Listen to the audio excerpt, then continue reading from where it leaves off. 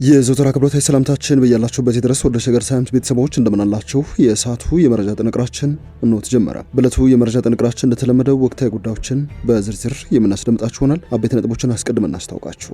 በኦሮሚያ ክልል ወታደራዊ ስልጠና ሊካሄድ ስለመሆኑ ተሰምቷል። በክልሉ ወታደራዊ ስልጠናውን የሚወስዱት እነማን ናቸው? ዝርዝሩን በዜናችን ትሰማላችሁ። በአቶ ጌታቸው ረዳና በጥቂት የቀድሞ የትግራይ ክልል ጊዜያዊ አስተዳደር ከፍተኛ አመራሮች አማካኝነት እንደሚመሰረት እየተጠበቀ የሚገኘው የትግራይ ሊበራል ዴሞክራሲ ፓርቲ ከብልጽግና ፓርቲ ጋር ያለው ቁርኝት ምን ይመስላል? ጌታቸው ረዳ ከጥቂት ሳምንታት በፊት አዲስ ፓርቲ ማቋቋም ሐሳብ የለኝም ሲሉ ተናግረው ነበር። ለመሆኑ ይህንን ፓርቲ ከጥቂት ሳምንት በኋላ ለማቋቋም ምክንያት የሆናቸው ጉዳይ ምንድነው?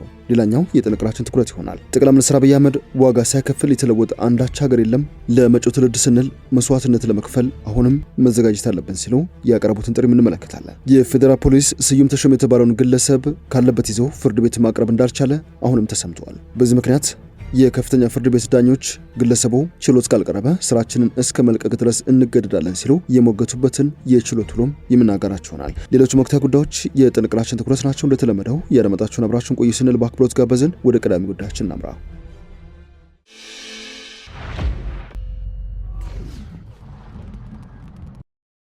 በኦሮሚያ ክልል ወታደራዊ ስልጠና ሊካሄድ ነው ተብሏል። በክልሉ የወረዳና የቀበሌ መንግስት መዋቅር አመራሮች ከመጪው ሐሙስ ጀምረው ለ40 ቀናት የመሰረታዊ ውትድርና ፖለቲካዊ ስልጠና ሊወስዱ እንደሆነ ዋዜማ ራዲዮ የተሰኘችው የዜና ምንጭ ዘግባለች። ስልጠናውን የሚወስዱት አመራሮች የወረዳና የቀበሌ ዋና አስተዳዳሪዎችና የሰላምና ጸጥታ ዘርፍ ኃላፊዎች ስለመሆናቸው ምንጮች ስለመናገራቸው ዘገባው ያሳያል። ለ40 ቀናት ያክል ይቆያል የተባለው ስልጠና የሚሰጠው በአዋሽ ቢሾላ ወታደራዊ ማሰልጠኛ ካምፕ ውስጥ ስለመሆኑም የመረጃ ምንጮቹ አስረድተዋል። የስልጠናው ዋና ዓላማ በሁለቱ የመንግስት መዋቅሮች ውስጥ የሚሰሩ አመራሮችን የመሰረታዊ ውትድርና ክህሎት ፖለቲካዊ አቅም ማሳደግ እንደሆነ የዜና ምንጯ በጉዳዩ ዙሪያ አነጋገርኳቸው ያለቻቸው ምንጮች መናገራቸውን አትታለች።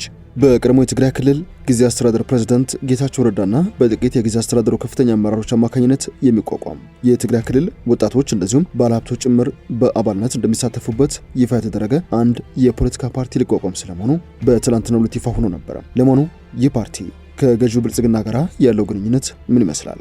የቀድሞው የህወሓት አመራር ጉዳዩን በተመለከተ ሲያስረዱ ከብልጽግና ጋር ልክ እንደሌሎቹ በሀገር ውስጥ እንደሚንቀሳቀሱ ፓርቲዎች ተባብሮ ለመስራት ይችላል እንጂ ከገዢው ብልጽግና ፓርቲ ጋር የሚያገናኘው አንዳችም ነገር የለም፣ ገለልተኛና ነጻ ፓርቲ ነው ሲሉ ምላሽ ሰጥተዋል። በጠቅላይ ሚኒስትር አብይ አህመድ የምስራቅ አፍሪካ ጉዳዮች አማካሪ ሚኒስትር ጌታቸው ረዳ የሚመራው ከህወሓት የተከፈለው ቡድን አዲስ የፖለቲካ ፓርቲ ለማቋቋም በሂደት ላይ መሆኑን ከአመራሮች መካከል አንዱ ይፋ ያደረጉት መረጃ ያሳያል። የፖለቲካ ፓርቲው በሊበራል ዴሞክራሲ ጽንሰ ሀሳብ የሚመራ ሲሆን ትግራይ ሊበራል ዴሞክራሲ ፓርቲ በማለት ለመጠራትም ተወስኖለታል። ስም አይጠቀስ ያለው አንድ የቀድሞው የህወሓት አመራር ስለ ፓርቲው ምስረታ በሰጡት አስተያየት የፓርቲው ስያሜ የፖለቲካ ፓርቲውን ለመመስረት በእንቅስቃሴ ላይ ባሉ ሰዎች የተመረጠ እንጂ ከምርጫ ቦርድ እውቅና ስላላገኘ ጉባኤ ሲካሄድ ሊቀየር ወይንም ሊሻሻል የሚችል ስያሜ ነው ያለው በማለት መልሰዋል። የህወሓት ህጋዊነት ስለሚያበቃ የህወሓት የፖለቲካ ዓላማዎች ለማሳካት የሚያስችልን አዲስ የፖለቲካ ፓርቲም ለመመስረት ተገደናል ሲሉ ነበር ምላሽ የሰጡት።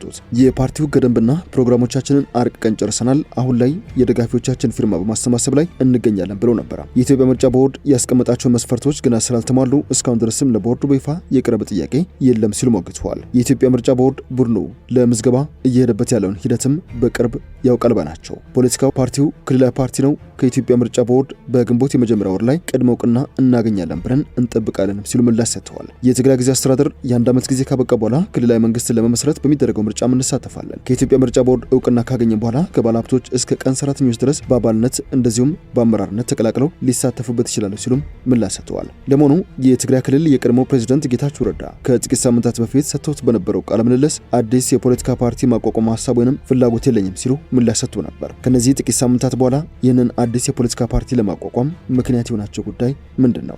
የመሰረዝ አደጋ የገጠመው በዶክተር ደብረጽዮን ገብረ ሚካኤል የሚመራው ህወሓት ከኢትዮጵያ መንግስት ጋር ተደራድሮ የፕሪቶሪያ ስምምነትን እንደፈረመ ድርጅት እንደ አዲስ በቦርዱ መመዝገብ ተገቢ ያለመሆኑን ሲገልጽ ቆይተዋል። የህወሓት መሰረዝ ስጋት የፈጠረባቸው በአቶ ጌታቸው ረዳ የሚመራው የህወሓት ማዕከላዊ ኮሚቴ አባላት ከሳምንታት በፊት በሰጡት መግለጫ በደብረጽዮን ለሚመራው ቡድን በጋራ ጉባኤ ለማካሄድ ጥሪ አቅርበው የነበረ ቢሆንም በጎ ምላሽ አለማግኘታቸውን ገልጸዋል። በመሆኑም የህወሓት ህጋዊነትን ስለሚያበቃ የህወሓት የፖለቲካ ዓላማዎችን ለማሳካት የሚያስችልን አዲስ የፖለቲካ የፖለቲካ ፓርቲ ለመመስረት ተገደናል ባይ ናቸው። በህይወት ዘመኔ የፖለቲካ ፓርቲ አባል ሁኝ የማውቀው በህወሓት ስር ነው ሲሉ ገልጾ የነበሩት ጌታቸው ረዳ ከህወሓት ከለቀቁ በኋላ በአዲስ ፓርቲ የመከሰት ፍላጎት የለኝም ሲሉ ምላሽ ሰጥተው ነበር። ያም ቢሆን ግን በዶክተር ደብረጽዮን ገብረ ሚካኤል የሚመራው ህወሓት ለመሰረዝ ጫፍ መድረሱን ተከትሎ የፓርቲውን ዓላማ ለማሳካት ሲባል ይህንን የትግራይ ሊበራል ዲሞክራቲክ ፓርቲ ለማቋቋም ስለመወሰኑ የመረጃ ምንጮች ይፋ አድርገዋል። ጌታቸው ረዳ በወቅቱ ሰጥቶት በነበረው ቃለ ምልልስ ይህ ሐሳብ ጠቅላይ ሚኒስትር አብይም ጭምር አንስተውላቸው እንደነበር አስታውሳለሁ።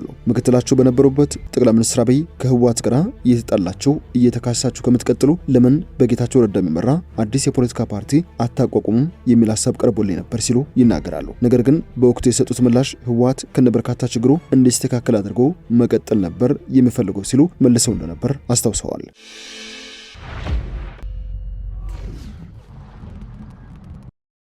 ጥንቅራችን እንደቀጠለ ይገኛል። ጠቅላይ ሚኒስትሩ ዋጋ ሳይከፍል የተለወጠ አንዳች ሀገር የለም፣ በመሆኑም ለትውልድ ስንል አሁንም ዋጋ ለመክፈል ዝግጁ መሆን አለብን ሲሉ ሞግተዋል። ጠቅላይ ሚኒስትሩ ያሉት በቦሌ ቡልቡላ የተገነባውን ፓርክ ከጎበኙ በኋላ ነው። 20 ሄክታር መሬት ላይ ያረፈውና ከስፖርት ፋሲሊቲ እስከ ህዝብ መዝናኛ ድረስ ያቀፈውን ይህንን ፓርክ የጎበኙ ጠቅላይ ሚኒስትር አብይ በቴክኖሎጂም ሆነ በልማት የተሳሰሩ ከተሞችን እየገነባን እንቀጥላለን ብለዋል። ኢትዮጵያ የምትነሳበት ዘመን የሚጣለው መሰረት በሁሉም መስክ ያለው ጠቅላይ ሚኒስትሩ በግብርና ቴክኖሎጂ እንደዚሁም በከተማ ልማት አስደናቂ ስራዎችን እየሰራ ነው ሲሉ ሞግታሉ።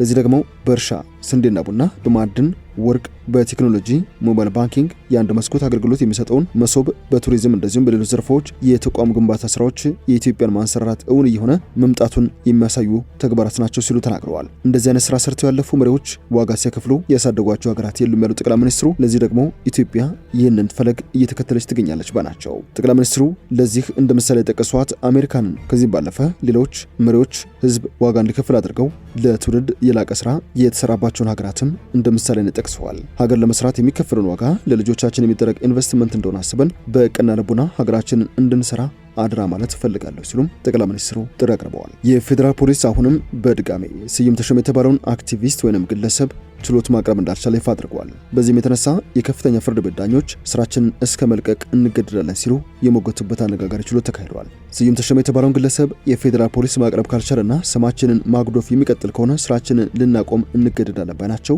የከፍተኛ ፍርድ ቤት ዳኞች ፌዴራል ፖሊስ ለሶስተኛ ጊዜ አክቲቪስቱን ማግኘት አልቻልኩም ያለው ሲሆን ዳኞች በበኩላቸው ለፍትህ ስርዓቱ ያለውን ንቀት ማሳያ እንደሆነ መሞገታቸውን የመሰረት ሚዲያ ዘገባ ያሳያል። ስዩም ተሾመ የተባለው አክቲቪስት የአቶ ዮሐንስ ቧያለውና ክርስቲያን ታደለን የክስ ሂደት አስመልክቶ ችሎት ላይ አሉታዊ ተጽዕኖ እየፈጠረ ነው በሚል ፍርድ ቤት ግለሰቡን ስነ ስርዓት እንዲያስይዘው መጠየቃቸውን አስመልክቶ በቅርቡ ክስ እንደቀረበበት ሲነገር ቆይቷል። ጉዳዩን እየተመለከተ የሚገኘው ፌዴራል ከፍተኛ ፍርድ ቤት ልደታ ምድብ የሽብር ወንጀል ችሎት አክቲቪስቱ ቀርቦ መልስ እንዲሰጥ ለፌዴራል ፖሊስ ትዕዛዝ ሰጥቶ ነበር። ይሁን እንጂ ስዩም ተሾመ የተባለው ግለሰብ በትናንትናው ዕለትም ለሶስተኛ ጊዜ ፌዴራል ፖሊስ ግለሰቡን አላገኙትም በሚል ምላሽ ሰጥተዋል። የችሎቱ ዳኞች በበኩላቸው የፌዴራል ፖሊስ ግለሰቡን ለደህንነቱ ሲባል እጀባ እያደረገለት እንደሆነ ይታወቃል። ነገር ግን ፍርድ ቤቱ እንዲያቀርበው ትዕዛዝ ሲደርሰው አላገኙትም የሚል ምላሽ መስጠቱ በፍትህ ስርዓቱ ላይ ያለውን ንቀት የሚያሳይ ነው ብለዋል። አክለውም ግለሰቡ አዲስ አበባ ተቀምጦ የፍርድ ቤቶችን ዳኞች ስም ሲያጎድፍ እየዋለ ነው፣ ከችሎታ ቀን በላይ ሆኗል። ስለዚህ የፍርድ ቤቱ የበላይ አመራሮች ጉዳዩን ለማስቆም አለመሞከራቸው ያሳዝናል ብለው በትላንቱ ችሎት ላይ እንደተናገሩ የዜና ምንጩ ዘገባ ያሳያል። አሁንም ግለሰቡ በፖሊስ ተይዞ ካልቀረበና የዳኞችን ስም የሚያጎድፍ ከሆነ ስራችንን ለማቆም እንገደዳለን ሲሉም ነው የተናገሩት። አቤቱታውን ያቀረቡት አቶ ዮሐንስ ቧያለው በበኩላቸው የአቃቤ ሕግ ምስክሮች ለደህንነታቸው ሲባል የስም ዝርዝራቸው እንዳይደርሰን ተከልክለን ያለ በአቃቤ ሕግ አቶ ኢየሱስ አበጀ በኩል ለአቶ ስዩም ተሾመ ተሰጥቶት በማህበራዊ ሚዲያ ማን እንደሚመሰክርብን ነግሮናል። ፍርድ ቤቱ የሚቀጣንንም ቅጣት ከወዲሁ ግለሰቡ እየነገረን ነው። እኛ በህግ ቁጥጥር ስር ያለን ይህ ሁሉ ዘመቻ ሲፈጸምብን ፍርድ ቤቱ ለምን ማስቆም አልቻለም ሲሉ አቤት ማለታቸውንም የዜና ምንጩ ዘገባ ያሳያል። ችሎቱ በበኩሉ አሁን ጉዳዩ ከእናንተ ወጥቶ የፍርድ ቤት ጉዳይ ሆኗል። ከዚህ ችሎትም አልፎ አጠቃላይ የፍትህ ስርዓቱን የሚመለከት እየሆነ ነው። ለፌዴራል ፖሊስ ደጋግመን መጻፋችንን ታውቃላችሁ። ማቅረብ የሚችለው ፖሊስ ነው። ፖሊስ የፍርድ ቤቱን ትዕዛዝ ካልፈጸመ የፍትህ ስርዓቱ ጥያቄ ውስጥ እንዳለ ይጠቁማል። ለጊዜው ይህ ችሎት ማለት የሚችለው ይህንን ብቻ ነው ሲሉ ዳኞች በምሬት ተናግረዋል። የፌዴራል ፖሊስ ለአራተኛ ጊዜ ስዩም ተሾመን አስገድዶ ፍርድ ቤት እንዲያቀርብ ችሎቱ ለሚያዝያ 30 ቀን 2017 ዓ.ም ተለዋጭ ቀጠሮ ሰጥቷል።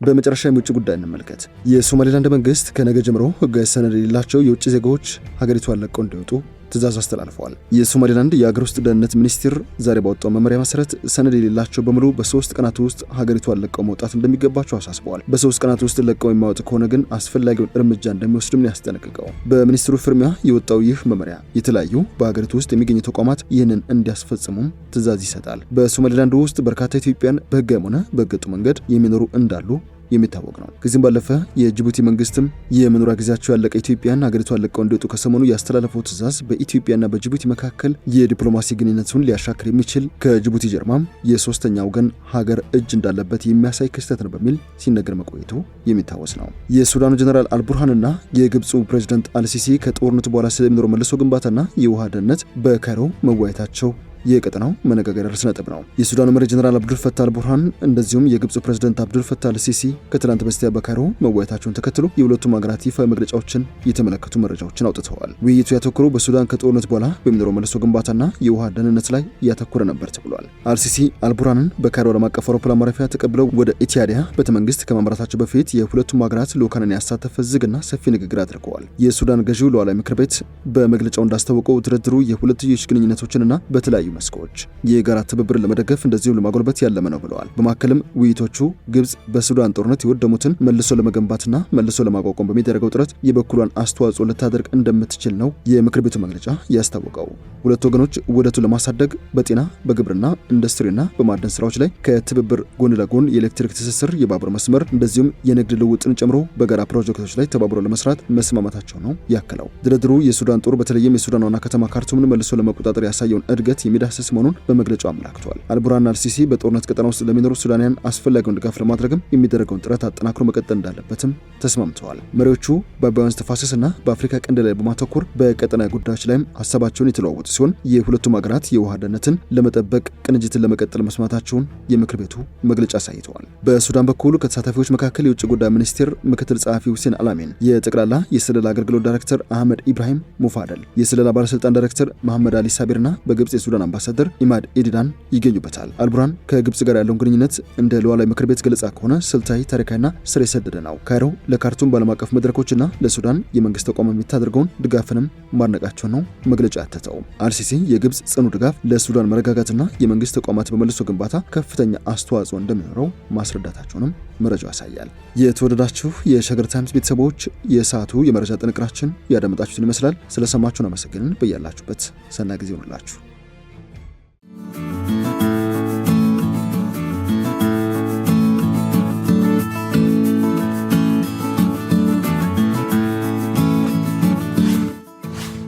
ሸገር ታይምስ ሚዲያን ሰብስክራይብ በማድረግና ደወሉን በመጫን ይከተሉን።